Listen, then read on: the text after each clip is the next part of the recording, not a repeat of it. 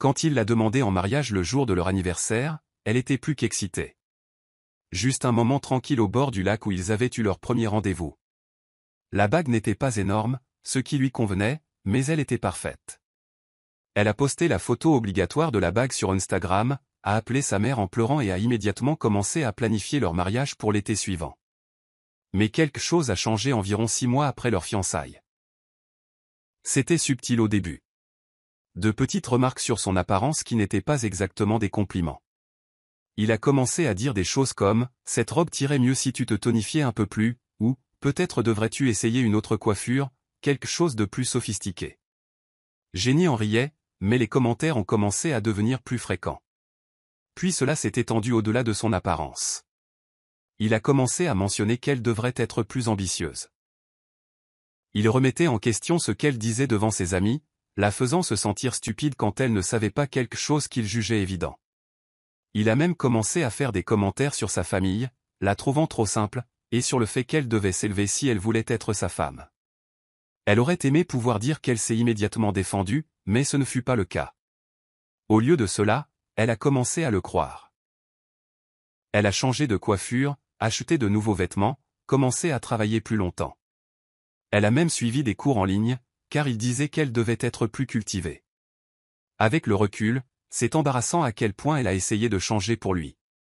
Mais quand on aime quelqu'un, on ne voit parfois pas à quel point les choses sont devenues toxiques avant d'y être noyé. Le point de rupture est survenu 3 mois avant leur mariage. Il parlait des derniers détails quand il a fait un commentaire sur sa robe, qu'il n'avait pas vu. Jenny était traditionnelle sur ce point. Il a dit que sa mère s'inquiétait qu'elle choisisse quelque chose de prévisible plutôt que d'assez chic. Quand elle a demandé ce que cela signifiait, il a tout simplement explosé. Il s'est lancé dans une tirade sur le fait qu'il s'était contenté de peu et qu'il commençait à réaliser qu'elle n'avait pas l'étoffe d'une épouse pour quelqu'un comme lui. Il a dit que sa famille s'inquiétait de sa capacité à le représenter correctement dans les cercles sociaux. Puis est venu le mot qu'elle n'oublierait jamais.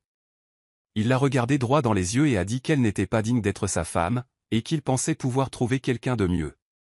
Jenny est restée là, complètement abasourdie. 4 ans ensemble. Et c'est ce qu'il pensait d'elle?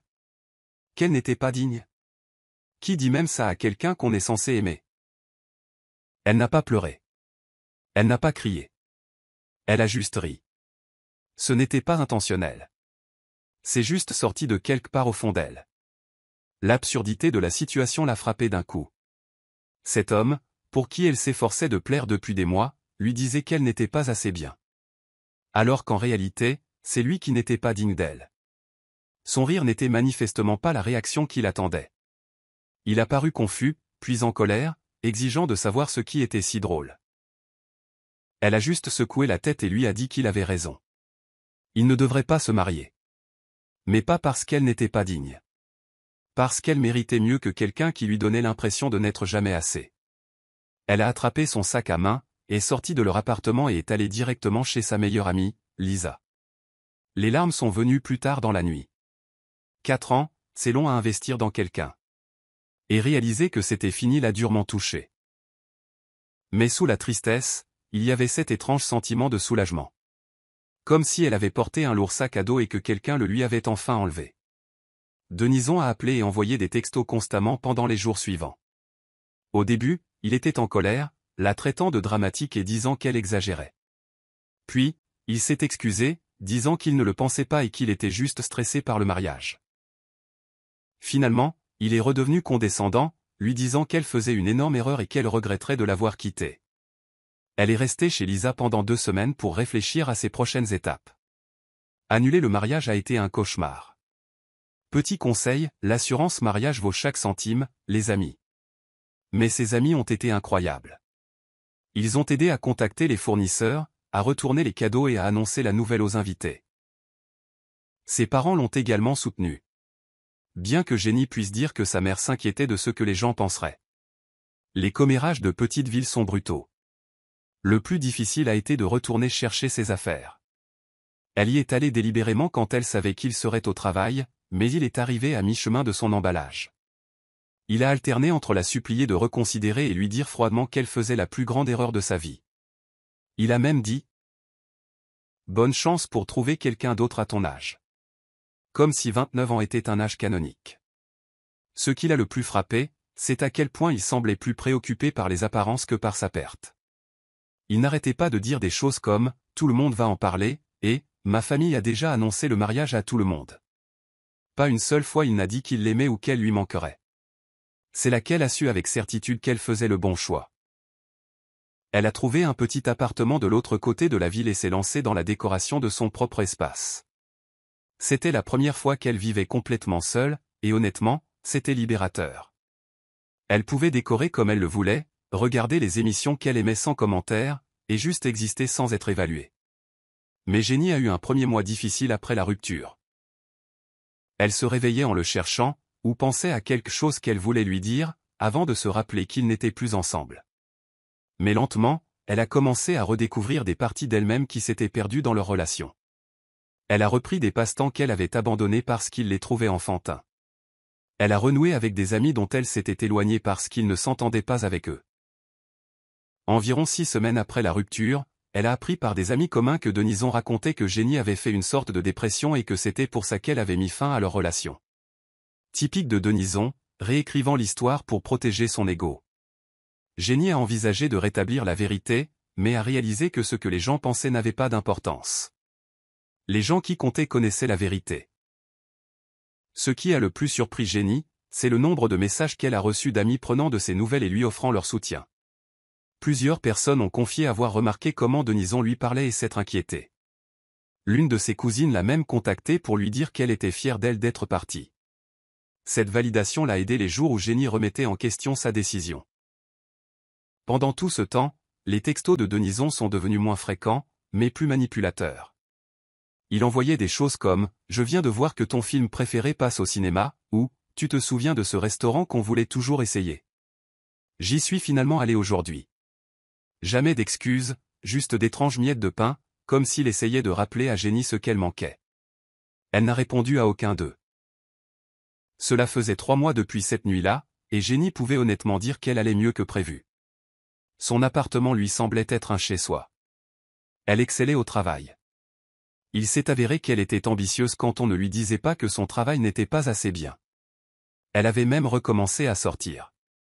Rien de sérieux, juste des cafés pour se rappeler qu'il y avait des hommes bien dans le monde. Jenny avait encore des moments où ce qu'ils avaient lui manquait. 4 ans, c'est long, et tout n'était pas mauvais. Mais ensuite, elle se souvenait du visage de Denison quand il lui avait dit qu'elle n'était pas digne, et elle savait qu'elle avait fait le bon choix. Voilà donc où en était Jenny maintenant. Célibataire à 29 ans, recommençant à zéro, et étonnamment d'accord avec ça. Elle ne savait pas ce qui allait suivre, mais pour la première fois depuis longtemps, elle était excitée de le découvrir. Salut Reddit, cela fait environ 8 mois depuis mon post original. Et waouh, il s'est passé tellement de choses que Jenny a senti qu'elle devait mettre tout le monde à jour. D'abord, merci pour tous les commentaires de soutien.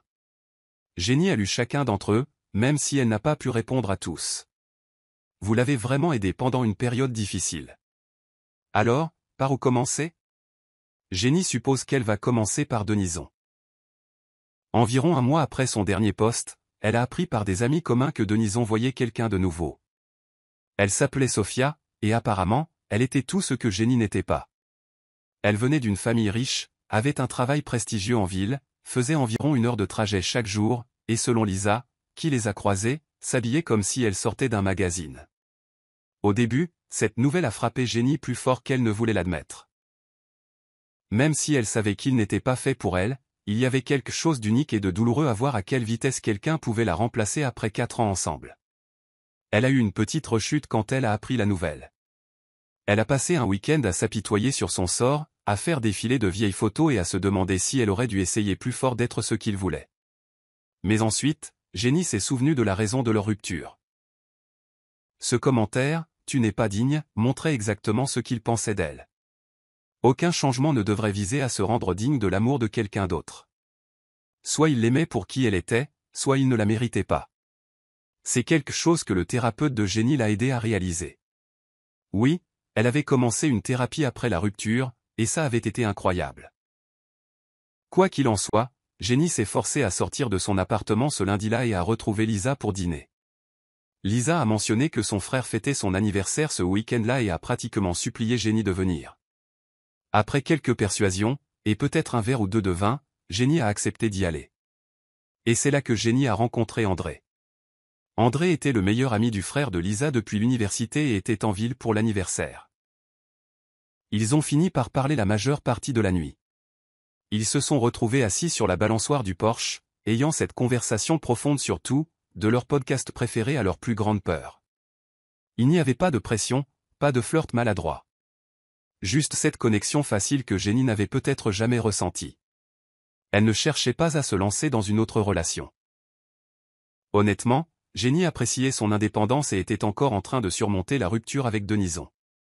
Mais André et Jenny ont échangé leurs numéros, et il lui a envoyé un texto le lendemain, demandant si elle voulait prendre un café avant qu'il ne rentre chez lui. Il vivait à environ 40 minutes de là, dans la ville voisine. Ce café s'est transformé en déjeuner, qui s'est transformé en promenade dans le parc, qui s'est transformé en dîner. Ils ont passé toute la journée ensemble, et tout semblait si facile. André posait des questions réfléchies et écoutait réellement les réponses de Jenny. Il parlait de sa famille avec une passion sincère, et pas une seule fois il n'a fait de commentaires sur son apparence, son travail ou son potentiel. Il semblait intéressé par qui Jenny était vraiment, pas par qui elle pourrait être. Ils ont commencé à sortir ensemble à distance. Si on peut appeler 40 minutes une relation à distance. André venait dans la ville de Jenny certains week-ends, et elle allait dans la sienne les autres. Ils ont eu leur part de moments maladroits de début de relation. Comme quand le robot aspirateur d'André s'est coincé sous le canapé lors de leur 3e rendez-vous et a commencé à faire ce bruit strident infernal juste au moment où ils avaient une conversation sérieuse. Ou quand Jenny a essayé de lui cuisiner un plat sophistiqué et l'a complètement raté 3 fois de suite. Mais ces moments sont juste devenus des sujets de rire, plutôt que des sources de tension. Environ 3 mois après avoir commencé à sortir avec André, Jenny a croisé Denison et Sophia chez Target. Elle redoutait ce moment, s'imaginant qu'elle se sentirait jalouse ou inadéquate. Mais quand elle les a vus, la chose la plus étrange s'est produite, elle n'a rien ressenti. Pas de jalousie, pas de colère, même pas de gêne. Juste cette reconnaissance calme que cette partie de sa vie était terminée. Ils ont échangé de brefs saluts, et elle a remarqué que Denison semblait surpris de voir à quel point elle paraissait à l'aise. Sophia était polie, mais clairement mal à l'aise. Toute l'interaction a duré peut-être 30 secondes, mais cela ressemblait à une énorme victoire personnelle. Plus tard cette semaine-là, Jenny a reçu son premier texto de Denison depuis des mois. C'était bon de te voir. Tu as l'air bien. J'aimerais qu'on se rattrape un de ces jours, en ami. Elle l'a montré à André, qui a juste haussé les sourcils et a dit, que veux-tu faire à ce sujet? Ne lui disant pas comment répondre. Ne devenant pas jaloux. Juste la soutenant dans sa décision. Jenny a choisi de ne pas répondre. Certaines portes sont mieux laissées fermées. Quant à elle et André, les choses ont progressé naturellement, mais pas trop lentement. Après 6 mois de relation, il lui a suggéré d'emménager avec lui, puisqu'elle passait la plupart des semaines chez lui de toute façon. Sa maison était plus ancienne mais avait beaucoup de caractère, et il la rénovait lui-même, pièce par pièce. L'idée de quitter son petit appartement était effrayante. C'était son refuge après la rupture, mais cela semblait aussi juste. Emménager ensemble a été un ajustement. N'est-ce pas toujours le cas?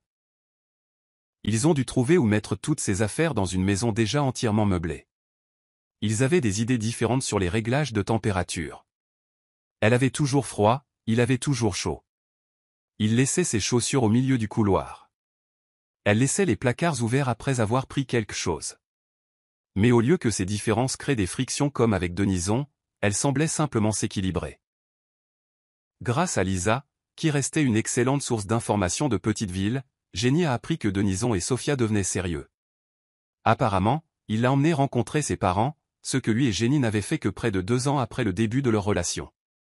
Elle fut surprise de voir à quel point cela la dérangeait peu. Si quoi que ce soit, elle se sentait un peu désolée pour Sophia, se demandant si elle subissait les mêmes dénigrements subtils qui avaient érodé son estime de soi. Environ 1 mois après avoir emménagé avec André, les textos de Denison ont recommencé. Rien d'inapproprié exactement, juste de petits messages. « Salut, comment vas-tu? J'ai entendu dire que tu avais déménagé. J'espère que tout va bien. Tu te souviens de ce groupe qu'on a vu ensemble? Ils reviennent en ville. À chaque fois, Jenny soit ne répondait pas, soit gardait ses réponses brèves et neutres. Elle ne parlait pas à André de chaque message car il semblait si insignifiant, mais elle ne les cachait pas non plus. Puis vint le jour où Denison appela au lieu d'envoyer un texto. Jenny préparait le dîner avec André quand son téléphone sonna, et elle vit son nom sur l'écran. Elle montra le téléphone à André, se sentant soudainement anxieuse. « Tu peux répondre si tu veux. » dit-il, lui laissant l'espace pour prendre sa propre décision. Elle a refusé l'appel, mais Denison a laissé un message vocal, demandant s'ils pouvaient se rencontrer car il avait des choses à dire en personne. Après en avoir discuté avec André, Jenny a décidé de répondre à Denison par texto. « Je suis heureuse dans ma relation actuelle et je ne pense pas que se rencontrer soit une bonne idée. » Sa réponse est venue rapidement. « Je comprends. Je voulais juste m'excuser correctement pour la façon dont les choses se sont terminées. J'ai dit des choses que je ne pensais pas, trop peu, trop tard. Mais au moins, c'était quelque chose. » Elle l'a remercié pour les excuses et en est restée là. La vie a continué. Jenny et André se sont installés dans une routine qui n'a jamais semblé routinière. Ils ont exploré de nouveaux restaurants, fait des voyages de week-end, organisé des soirées-jeux avec des amis. Ils ont parlé de projets futurs, de manière décontractée. Rien de forcé, juste des possibilités. Et puis, 6 mois après qu'elle ait emménagé, André l'a demandé en mariage. Ce n'était pas un grand geste. Ils pique-niquaient au bord du lac. Pas le même où Denison l'avait demandé, heureusement. Et il a simplement dit qu'il ne pouvait pas imaginer sa vie sans elle. La bague était parfaite. Un saphir vintage qui avait appartenu à sa grand-mère. Jenny a pleuré, ri et dit oui sans hésitation. Ce soir-là, alors qu'ils célébraient avec du champagne sur leur Porsche, son téléphone s'est allumé avec un texto de Denison. « J'ai entendu parler de tes fiançailles. Je ne réalisais pas que les choses étaient si sérieuses. J'espère que tu ne te précipites pas dans quelque chose que tu regretteras. » Elle a montré à André qui a juste secoué la tête et a dit « Certaines personnes ne changent jamais, n'est-ce pas ?» Ils ont décidé que la meilleure réponse était pas de réponse. Jenny a bloqué le numéro de Denison cette nuit-là. Quel que soit le jeu étrange qu'il jouait, elle en avait fini de participer. Le lendemain, ils ont partagé la nouvelle sur Facebook. Parce que ce n'est pas officiel tant que ce n'est pas Facebook officiel, n'est-ce pas? L'afflux d'amour de la part des amis et de la famille a été bouleversant dans le bon sens du terme. Parmi les commentaires, il y en avait un de Lisa qui a fait rire Jenny. De pas digne à digne du meilleur homme que je connaisse en moins d'1 an. C'est ce que j'appelle une promotion. Elle aurait probablement dû être gênée que Lisa fasse référence à sa rupture si publiquement. Mais honnêtement, cela semblait être le résumé parfait de son parcours. Ils ont fixé la date de leur mariage 6 mois plus tard. Rien d'extravagant. Juste une petite cérémonie avec les personnes qui comptaient le plus pour eux. C'est le mois prochain maintenant. Et Jenny ne ressent que de l'excitation. Pas d'anxiété. Pas de doute. Juste la certitude qu'elle est exactement là où elle est censée être. Oh, et la cerise sur le gâteau. Par le bouche à oreille, dans les petites villes, rien ne reste privé, Jenny a appris que Sophia avait rompu avec Denison la semaine dernière. Apparemment, elle a renoué avec une ancienne flamme et a réalisé qu'elle s'était contentée de lui. L'ironie ne lui a pas échappé. Voilà donc ses nouvelles. De se faire dire qu'elle n'était pas digne a trouvé quelqu'un qui l'a fait se sentir valorisée chaque jour. Parfois, les pires fins mènent aux meilleurs débuts, n'est-ce pas? Elle donnera des nouvelles après le mariage si quelqu'un est intéressé. Merci encore pour tout le soutien sur son post original. Cela l'a vraiment aidé à traverser l'une des périodes les plus difficiles de sa vie. Cela faisait presque 6 mois depuis la dernière mise à jour de Jenny, et la vie avait été un véritable tourbillon. Elle n'avait pas prévu de poster à nouveau, mais les derniers développements étaient trop fous pour ne pas les partager. Alors, où en était-elle restée? Ah oui, elle et André étaient fiancés, et ils avaient fixé une date de mariage. La planification du mariage était si différente cette fois-ci. Avec Denison, tout avait été question d'impressionner sa famille et ses amis. Avec André, ils se sont concentrés sur ce qui les rendait heureux. Une petite cérémonie avec des amis proches et la famille. Rien d'extravagant, juste quelque chose de significatif. Pas de débat pour savoir si les serviettes étaient du bon ton de bleu, ou si sa robe était assez sophistiquée. Elle n'arrivait toujours pas à croire qu'elle avait supporté ça avant. Environ 2 mois avant le mariage, Lisa a lâché la plus grosse bombe. Vous vous souvenez de Sofia? La petite amie parfaite de Denison.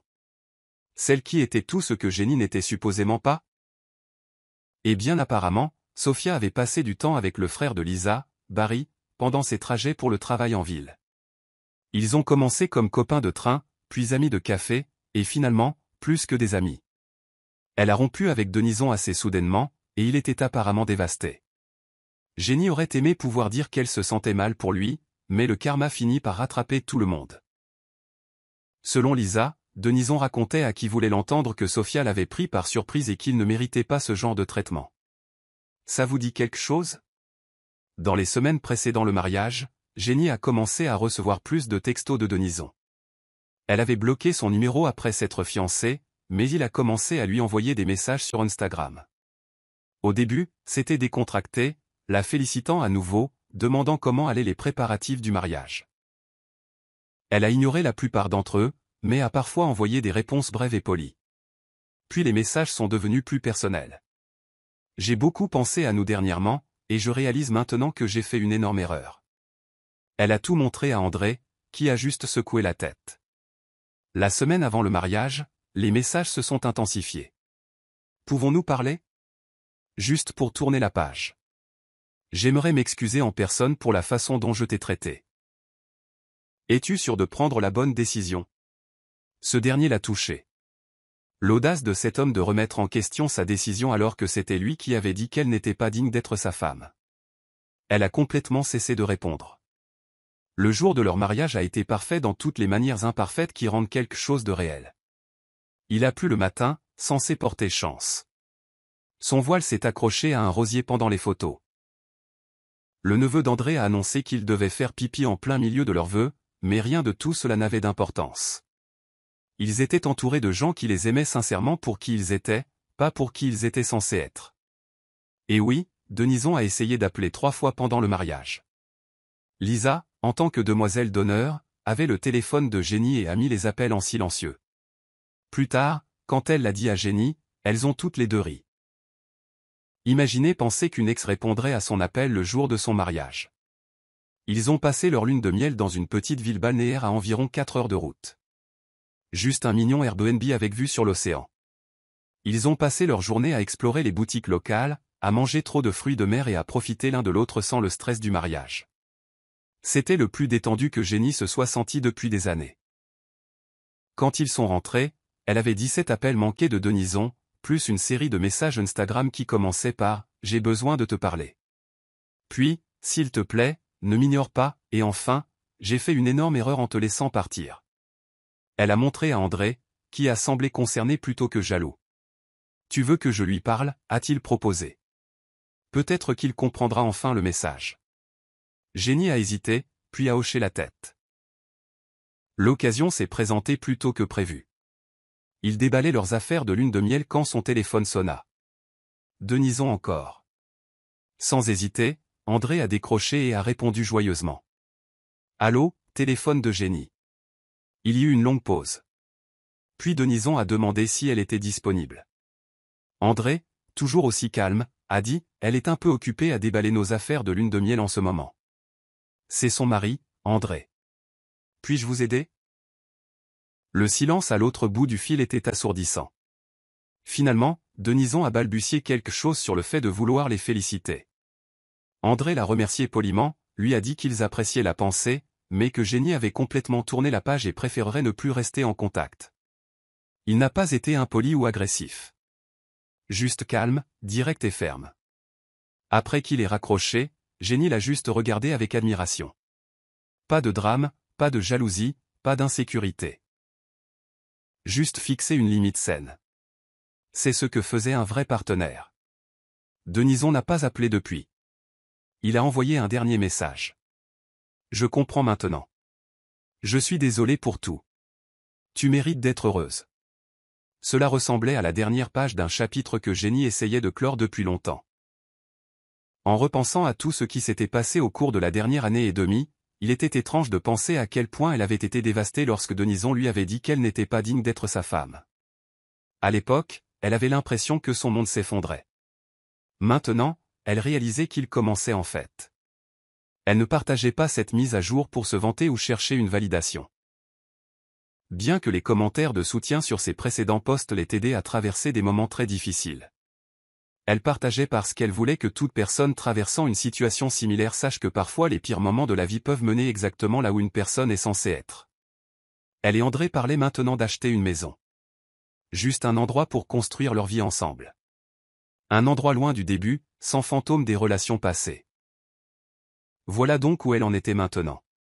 Heureusement mariée à 30 ans, commençant un tout nouveau chapitre et comprenant enfin ce que signifiait être vraiment valorisée par quelqu'un. Peut-être qu'elle posterait une autre mise à jour plus tard. Mais pour l'instant, la vie était belle. Mieux que belle. Elle était exactement comme elle devait être. Merci d'avoir lu, Reddit. Votre soutien a signifié plus qu'elle ne pourrait le dire. Cela faisait presque un an depuis la dernière mise à jour de Jenny et elle pensait sincèrement en avoir fini de poster sur cette saga. Mais la vie a une drôle de façon de donner une conclusion quand on s'y attend le moins. Et elle devait juste partager ce dernier chapitre. Jenny et André étaient mariés depuis 15 mois maintenant. Après des mois de recherche, ils ont enfin trouvé leur première maison ensemble il y a environ 4 mois. Une maison de plein pied de 3 chambres construite dans les années 90 avec des choix de papier peint intéressants et une cuisine qui avait désespérément besoin d'être rénovée. Mais elle avait un grand jardin pour leur futur chien. Ils débattaient encore entre un golden retriever ou un bâtard de refuge. Mais de toute façon, c'était la leur. La propriété avait été une aventure folle jusqu'à présent. Le lendemain de leur emménagement, le lave-vaisselle a décidé d'inonder le sol de la cuisine. 2 semaines plus tard, ils ont découvert qu'une famille d'écureuils vivait dans le grenier. Et ne lui parlaient même pas du lavabo de la salle de bain qui gargouillait au hasard au milieu de la nuit. Mais honnêtement, surmonter ces petits désastres ensemble avait été étrangement amusant. André était meilleur pour les gros travaux, tandis que Jenny était meilleure pour organiser le chaos. Après s'être à peu près installés, ils ont décidé d'organiser une pendaison de crémaillère. Juste un rassemblement décontracté un samedi après-midi avec une vingtaine d'amis et de membres de la famille. Jenny a passé des jours à nettoyer chaque recoin, à préparer des plateaux de collation et à s'assurer que leur nouvelle maison avait l'air présentable malgré le projet de peinture à moitié terminé dans le couloir. La fête se passait très bien. Lisa a apporté sa fameuse trempette au poulet buffalo. Les frères d'André ont aidé à installer les nouveaux meubles de patio, et tout le monde se mélangeait confortablement entre le salon et le jardin. Jenny était dans la cuisine en train de remplir le bac à glaçons quand Lisa est entrée avec un regard étrange. Elle a dit à Jenny que Denison était dehors. Oui, ce Denison. Son ex, qui n'était en aucun cas invité à leur pendaison de crémaillère. Apparemment, il s'était pointé sans prévenir, avec une bouteille de vin et l'air un peu débraillé. Lisa l'avait intercepté dans l'allée et essayait de trouver comment le dire à Jenny sans faire de scandale. La première réaction de Jenny fut l'agacement. C'était leur journée, dans leur nouvelle maison. Le fait qu'ils pensent pouvoir débarquer comme ça après tout ce qui s'était passé était incroyable. Mais ensuite, elle a pris une profonde inspiration et a réalisé qu'elle n'était même pas nerveuse à l'idée de le voir. Ce nœud dans son estomac qui apparaissait autrefois chaque fois qu'elle pensait le croiser avait complètement disparu. Elle a dit à Lisa de le laisser entrer. Cela semblait plus facile que de créer un drame en le renvoyant. Puis elle est allée trouver André, qui montrait à son père le système de rangement du garage qu'il avait installé. Quand elle a expliqué la situation, André a juste haussé les sourcils et lui a demandé ce qu'elle voulait faire. Encore une fois, pas de jalousie, pas de bêtises territoriales. Juste du soutien. Elle a décidé de saluer Denison ensemble, en restant polis, mais pas trop amicaux. Quand ils sont sortis, il se tenait maladroitement près de la table des collations, l'air déplacé. Il avait clairement bu quelques verres avant d'arriver, pas ivre-mort, mais certainement détendu. Il a tendu la bouteille de vin à Jenny, qui, ironiquement, était exactement du même type qu'il critiquait autrefois, car ce n'était pas assez sophistiqué. La conversation a commencé de manière douloureusement polie. Il a complimenté la maison, a posé des questions standards sur le quartier, a mentionné la météo, tout en jetant des regards étranges à André. Jenny sentait la tension monter mais a continué, présentant Denison aux gens comme un vieil ami. Cela semblait plus simple que, ex-fiancé qui lui a dit qu'elle n'était pas digne de lui. Les choses ont pris une autre tournure quand un des cousins d'André a innocemment mentionné à quel point ils semblaient heureux ensemble et à quel point ils étaient parfaits l'un pour l'autre. Denison a marmonné quelque chose à voix basse qui ressemblait étrangement à « Elle ne serait pas là sans moi ». L'estomac de Jenny se tordit. « Qu'est-ce que tu as dit ?» a-t-elle demandé. Denison la regarda, puis soupira dramatiquement. « Je veux juste dire, je t'ai préparé à ça. Tu ne serais pas devenue la femme que tu es maintenant si ce n'était pas pour moi. » Jenny cligna des yeux. Était-il sérieux? Mais avant qu'elle ne puisse répondre, André est intervenu, calme, stable et complètement imperturbable. « Non, a simplement dit André. Jenny a grandi parce qu'elle l'a choisi, pas parce qu'elle a été détruite par quelqu'un d'autre. » Denison ouvrit la bouche, mais André continua avant qu'il ne puisse argumenter. « Nous préférerions vraiment nous concentrer sur la célébration de notre nouvelle maison aujourd'hui, » ajouta-t-il. « Ce n'est peut-être pas le meilleur moment pour cette conversation. » Denison n'a pas compris le message.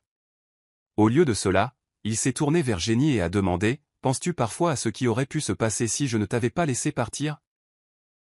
Ces mots, « si je ne t'avais pas laissé partir », l'ont frappé comme une gifle. Comme s'il lui avait fait une faveur. Comme si elle aurait dû être reconnaissante d'avoir été larguée. Pendant un instant, elle fut transportée à cette nuit horrible où il lui avait brisé le cœur et écrasé son esprit d'un seul coup. Mais elle n'était plus cette femme. Elle le regarda droit dans les yeux et dit « Non, je ne pense jamais à ce qui aurait pu se passer parce que je suis trop occupée à être reconnaissante pour ce qui est. » Denison tressaillit. « Rompre a été la meilleure chose qui pouvait nous arriver à tous les deux, » a-t-elle poursuivi, sa voix calme mais ferme. « Et la dignité n'est pas quelque chose que quelqu'un d'autre décide pour vous. C'est quelque chose que l'on réalise sur soi-même. » L'expression sur son visage était compliquée. Surprise, confusion, peut-être même un éclair de regret. Pendant une seconde, Jenny pensa qu'il pourrait enfin comprendre. Mais ensuite, ses yeux balayèrent leurs amis, leur maison, leur vie. Et quelque chose changea dans son expression. Il marmonna, « Tu as changé. » Comme si c'était une mauvaise chose. Avant que Jenny ne puisse répondre, Lisa est intervenue avec un timing parfait. Elle a mentionné qu'elle avait croisé Sophia et son mari au marché fermier le week-end dernier. Apparemment, ils attendaient leur premier bébé pour l'été et venaient d'acheter une maison de l'autre côté de la ville. Elle leur a montré à tous une photo sur son téléphone, et ils avaient l'air sincèrement heureux. Voir le visage de Denison alors qu'il traitait cette information était comme regarder quelqu'un lutter pour résoudre un problème de mathématiques difficile. Il semblait sincèrement choqué que Sophia ait si complètement tourné la page. Quand Lisa a mentionné nonchalamment que Sophia lui avait dit que sa relation avec Denison avait été une expérience d'apprentissage. Aïe! Jenny pensait qu'il pourrait vraiment exploser. Au lieu de cela, il a vidé son verre, a marmonné quelque chose sur le fait d'avoir un autre engagement, et s'est dirigé vers la porte. André, toujours gentleman, l'a raccompagné pendant que Jenny restait avec Lisa. Toutes deux essayant de ne pas se regarder jusqu'à ce qu'ils soient partis pour éviter d'éclater d'un rire inapproprié. Quand André est revenu, il a juste secoué la tête. Denison m'a demandé, d'homme à homme, si tu avais toujours été aussi têtu, a dit André, amusé. Jenny a haussé un sourcil. Et qu'as-tu dit? André a souri. Je lui ai dit que je préférais le terme pleine d'assurance. Puis il a ajouté. Je lui ai aussi suggéré de prendre un VTC pour rentrer, puisqu'il avait clairement bu. La fête a continué sans autre drame, bien que Jenny ait remarqué quelques regards curieux et ait certainement entendu des conversations chuchotées. La vie de petite ville. Ce serait probablement le commérage local pendant au moins 3 semaines. Le lendemain matin, Jenny s'est réveillée avec un texto de Denison. Je suis désolé pour hier. Je ne voulais pas faire de scandale. J'espère que tu es heureuse. Simple. Un peu ambigu. Mais probablement la chose la plus proche d'une conclusion qu'elle obtiendrait jamais de lui. Elle n'a pas répondu. Certaines conversations sont mieux laissées inachevées. Voilà, c'était ça. La vie n'était pas parfaite, bien sûr. Leur toit avait besoin d'être remplacé plus tôt que prévu. Ils se disputaient pour savoir à qui était le tour de sortir les poubelles. Jenny luttait encore parfois avec les échos d'insécurité que Denison avait plantés. Mais à travers tout cela, Elle avait appris que la dignité n'était pas quelque chose que l'on gagnait en se changeant pour plaire à quelqu'un d'autre. C'était quelque chose que l'on reconnaissait quand on était enfin avec des gens qui ne l'avaient jamais remise en question.